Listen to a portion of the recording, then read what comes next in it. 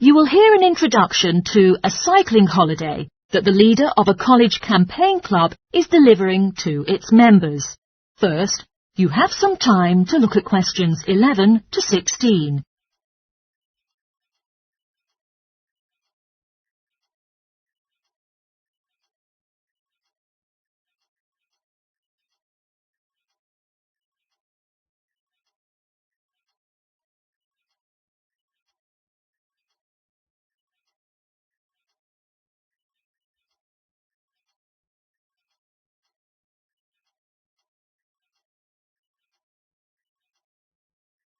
Now listen carefully and answer questions 11 to 16.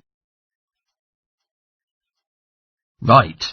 Now, let me bring you up to date with arrangements for our cycling tour next month. First of all, about the tents. You know, at the beginning, the idea was that I arranged to borrow some tents from the college, but it turns out they will be used by the hiking club at the same time, so I'm afraid you will have to bring your own. So, do remember to tell me whether you prefer to use a single tent or share with others. In this case, I'll know how many tents there'll be when I make the reservation at the various campsites. Last time, some of you said you would like to hire bikes and pick them up when you arrive, instead of taking your own. Well, I've asked lots of shops or agencies about bike hiring in St Andrews, the town where we'll be arriving, and unfortunately there aren't any shops that offer this service. So which, I'm afraid, means taking your own.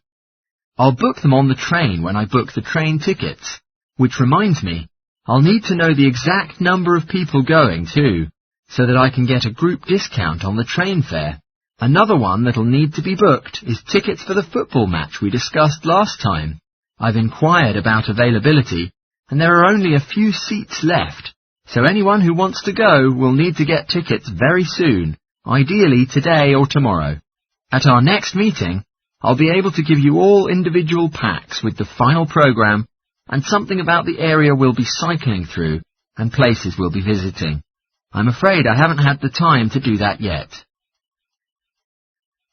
Before you hear the rest of the talk, you have some time to look at questions 17 to 20.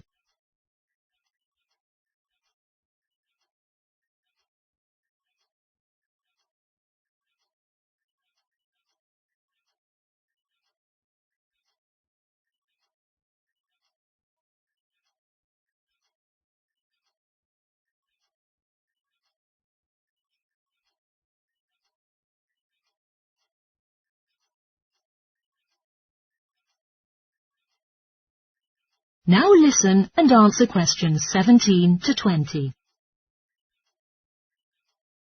Now, I'll tell you briefly about some of the attractions in the places we'll be staying. As I said, we'll be taking the train to St Andrews, where there are one or two very good restaurants.